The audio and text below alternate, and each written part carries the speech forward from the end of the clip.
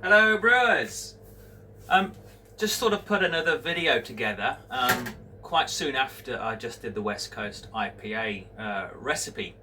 I've had a lot of questions about the water profiles. Um, so I thought I'd put a video together of the water profile I use and why I'm adding these minerals and what I'm looking for. Um, so the first thing I'll say is I use RO water. Um, it's not that I don't trust my tap water. I'm sure it's perfectly potable water, but you can drink it. But it's the water report. It's going to be an average. They'll probably take samples all across the network, and they bring all those samples together, and they give you an average result. And that's probably an average result over the year. So when you were talking the finer details of getting the water profile right, we need to know a bit more accurately where we're starting from. So I use an RO system and then add the salts back in. I build the profile, which I'll show you in a minute, back on the computer to exactly how I do that.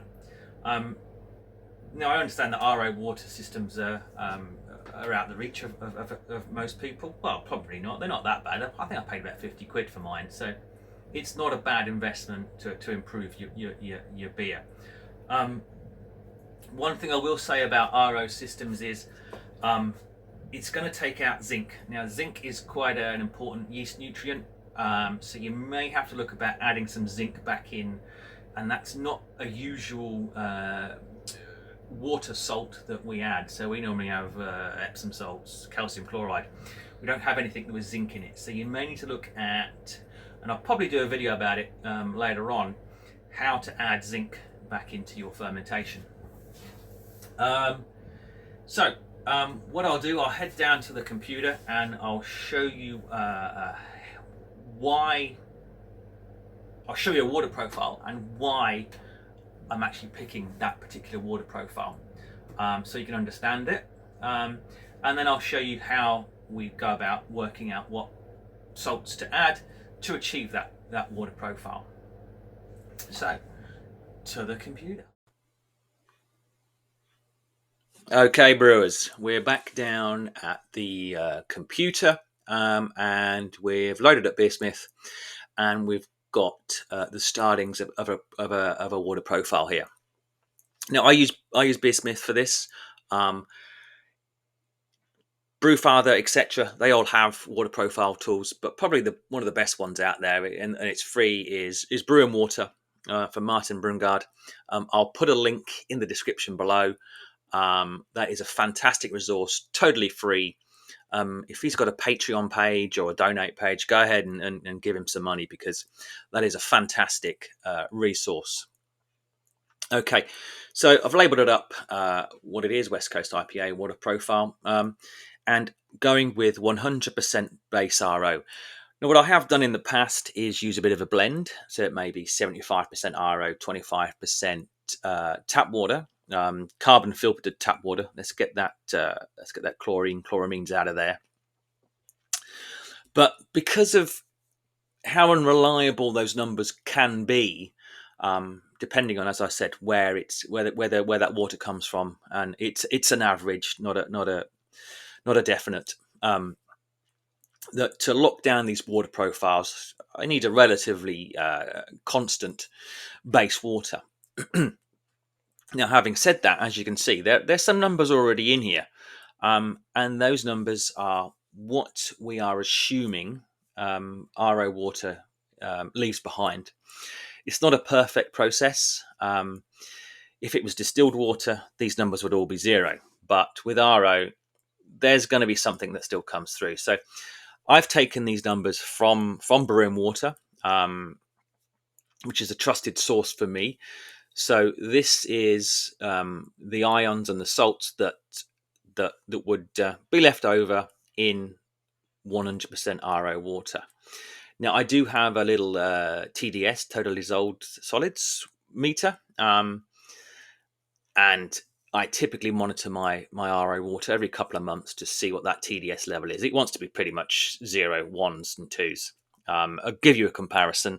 Tap water's coming out at about 300 in my area, but once it's gone through the RO, it's coming out 1s and 2s. And I monitor that just to see how the RO system is going.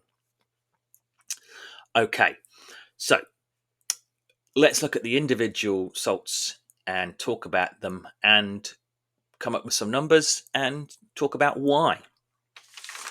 Got some notes here, which you can't see because this is all a computer-based thing, but I've got a little book that I've been sort of putting notes together for water for a long time, and these are the highlights that I've plucked from the internet and books and things over the years. Oh, one thing I need to go back to: RO water. That's going to take out zinc. Zinc is an important yeast nutrient. RO water is going to strip that out. So you might want to look at adding some zinc in for the yeast. But we'll talk about that in another video maybe. But do be aware, RO water maybe takes out things that you do need to add back that are not these salts. Okay, so number one, we're talking calcium.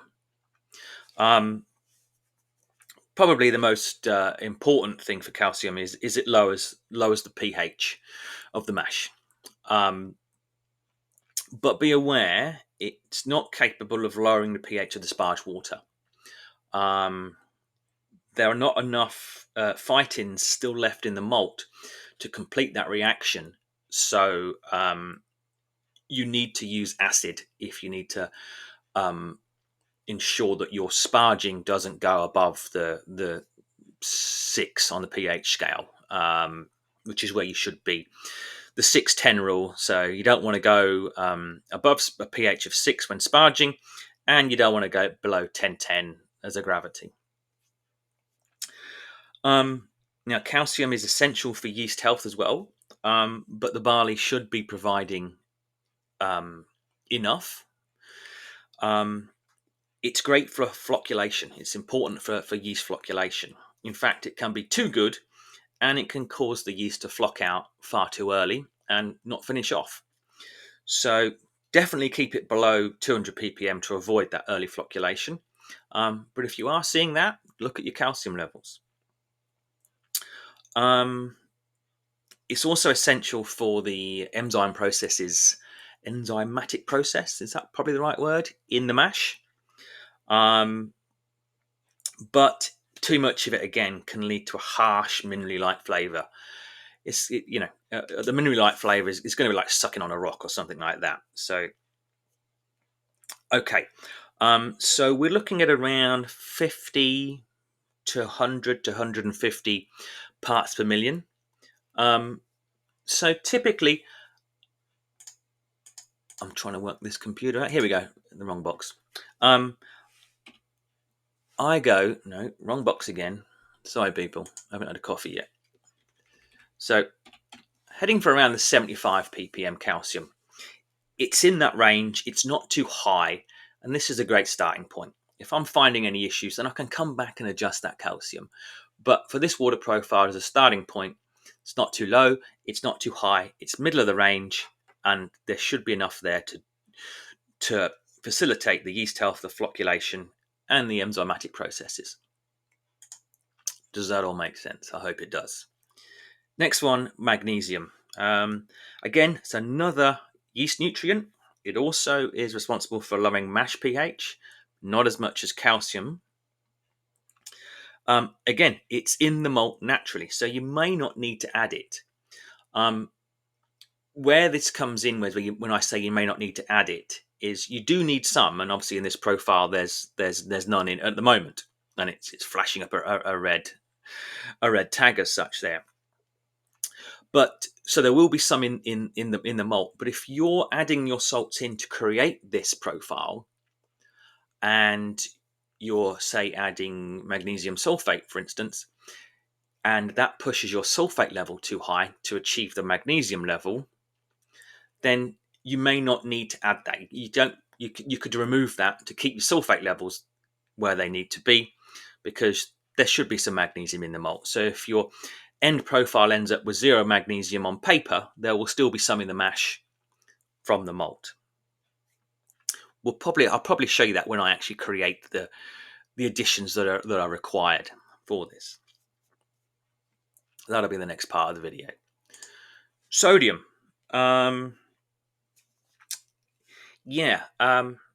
It's one of those ones that often goes overlooked as such. It can accentuate beer flavour, but it also, in high concentrations, it can be a poison to yeast.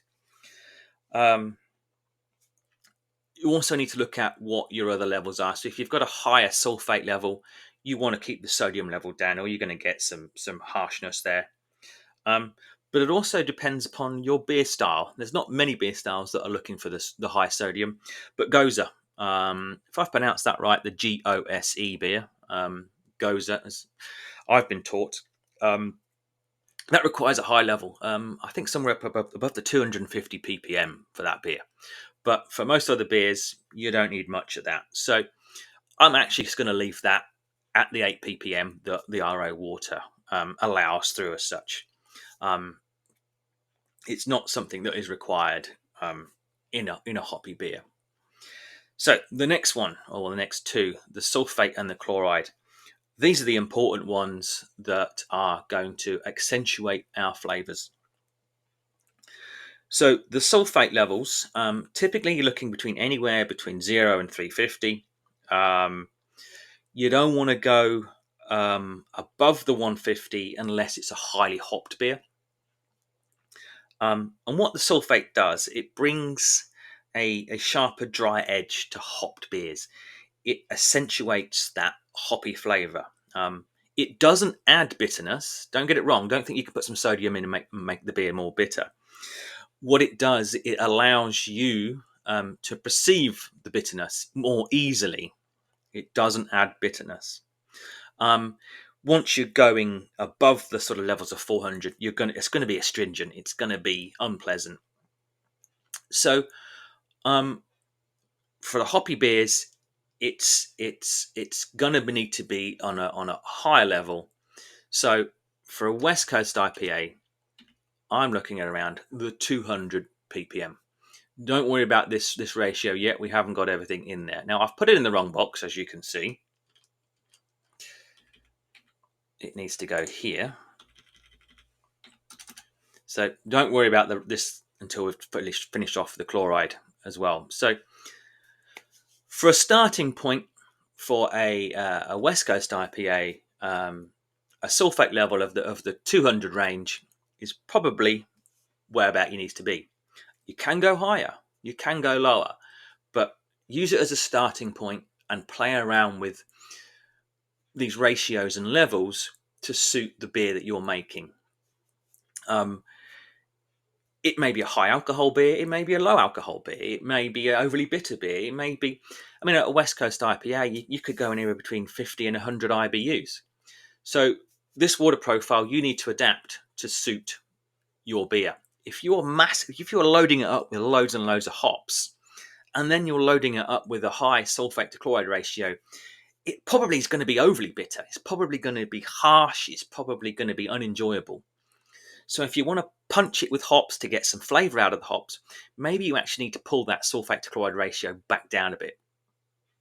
Does that make sense? So this is a base profile that you can start off with, but think about the beer you're brewing and what you want to achieve. Don't just go all in bitterness, because it could go too far. Chloride. Typical range is 10 to 100. And again, it's something you might want in a multi beer. You flip these ratios around, but it doesn't add maltiness. It's not going to make your beer more malty. What it does is it allows you to perceive the maltiness more easier. So it enhances the fullness. It enhances the sweetness of the beer. So what I'm looking for of this beer is a sulfate to chloride ratio somewhere in the 2 to 3 range. So what we're looking at here, so let's just do some experimentation. So if we go to 75 there, we're 2.7. We're ballpark in the middle there. It's coming out as bitter.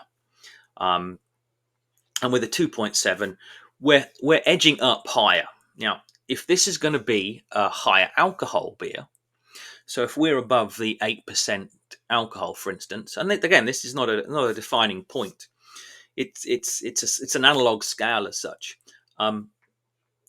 If we had some higher alcohol, we might want to up that sulfate to chloride ratio.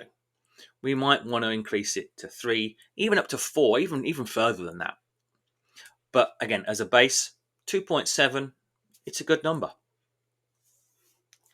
So final one, bicarbonate.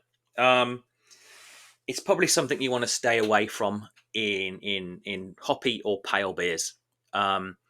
If you're brewing a stout, yeah, bicarbonate's your friend. But in a hoppy or pale beer, it's something you don't really need to start playing around with. It's something you don't need any sort of high numbers on. So again, I'm going to leave that at 16.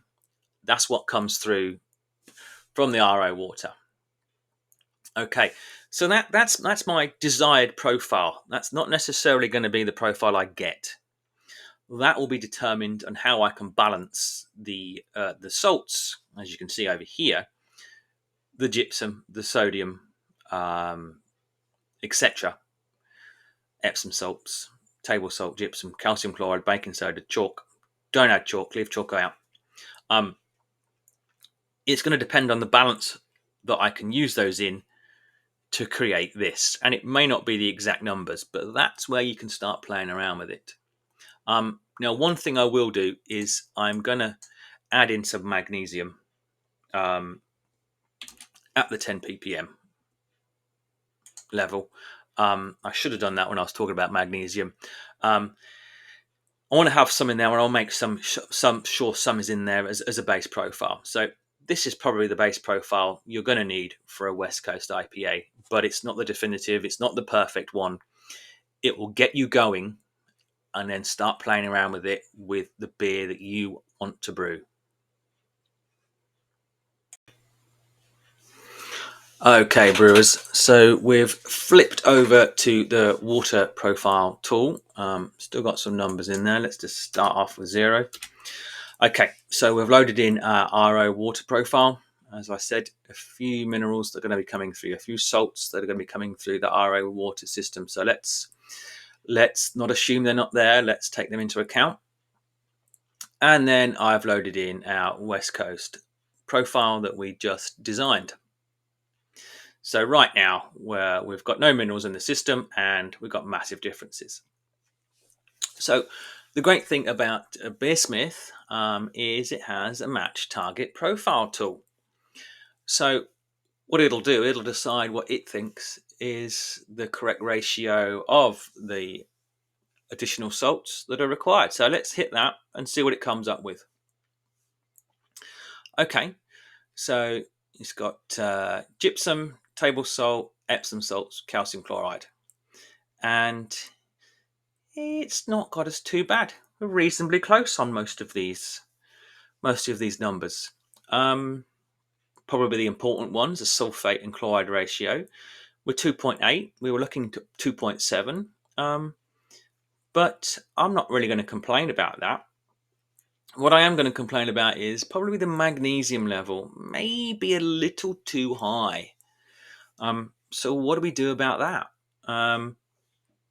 Well, the magnesium, the only place the magnesium is coming from is Epsom salts, as you can see here by this, the table as such. So we're going to need to drop that down to reduce that magnesium level. But at the same time, we drop the magnesium level down, we're going to drop the sulfate level down. So we might have to adjust some of the other ones up. This is going to be a compromise, but we need to concentrate on the important ions for the beer. So let's have a go Epsom salts. So let's drop that down. Again, from experience, I think we're going to have to take quite a jump. Yeah, so 2.5. That brings that magnesium level down to 12. Close enough to that 10. I'm happy with that. But what it has done is it's knocked our sulfate level down to 163, and we're 36 out. So it's dropped our ratio at the same time. Okay, so what can we do about that? So where does sulfate come from? It comes from Epsom salts, and it comes from the gypsum. So let's add a little bit more gypsum. But as you can see, it's going to add more calcium. So it's a compromise. So let's go maybe 4.6, 4.8. Okay, that gets our sulfate levels a lot higher. Our ratio is coming back 2.6 as opposed to a required 2.7. Not required, but our desired. What's it done to our calcium levels? Our calcium levels are a little higher than what we desired, but not out of spec. So now we've also got some table salt in here. You got to look at this practically at the same time. 0.3 grams, yeah, that's a measurable amount. You do need a fine scale, a set of scales that are capable of measuring to 2 or 3 decimal places to be able to measure 0.3 grams. Now, do we need that table salt? It's adding sodium in there, which we don't necessarily need. So we could drop that down, and it's adding a little chloride in there as well. So let's take that out. Let's put that as 0. What does that do? Okay, so that has brought our chloride, sodium levels down to what we require. It's what we assume is coming through the RO water, but it has dropped our calcium levels down as well. So 61 as opposed to 75. And that's affected our sulfate to chloride ratio. Now we're up on the 3. Okay, so what can we do about that? So we need a little bit more calcium. Okay, so maybe 2.5 on that. Dropped our ratio down to 2.8. Our calcium's come up here. Still, it's above what we desired, but the more important thing is these two numbers and the sulfate to chloride ratio. So I'm going to stick with that. That calcium level at 90 isn't excessive. It's in the ballpark. It's a required component. It's going to keep our mash pH in check as well. The magnesium level is down low where we need it to be. The sodium level is down low. Again, that's just coming through from the RO water. The sulfate level is healthy. It's up there near the 200.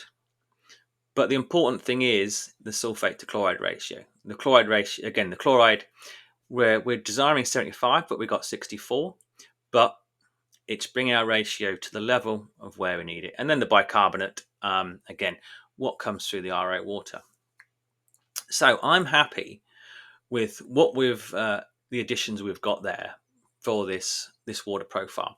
It's not perfect, and it never will be. You can never adjust these mineral additions to match exactly. So I'm doing this for a 20-litre batch of water, not a 20-litre batch of beer. So that's for 20 litres. So I, for my strike water, I'll make up a 20-litre batch, put these minerals in for the 20 litres, and that's what I use. And I do the same thing for my sparge water.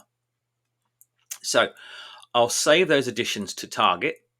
So that basically means it'll say, for 20 litres of water, I'm going to add all these minerals. So when I add that to a recipe, it'll ask me to put in the gypsum, the Epsom salts, and the calcium chloride at that level.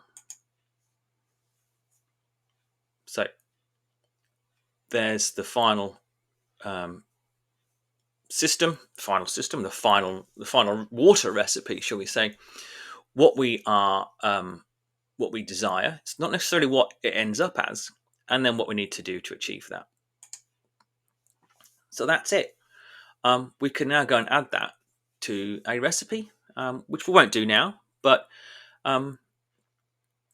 maybe in another video we'll talk about Beersmith a bit. But that is, I've just used Beersmith in this case to demonstrate water profiles and generating a water profile for this West Coast IPA. Hi guys, hope you enjoyed that. Hope you got a lot out of that.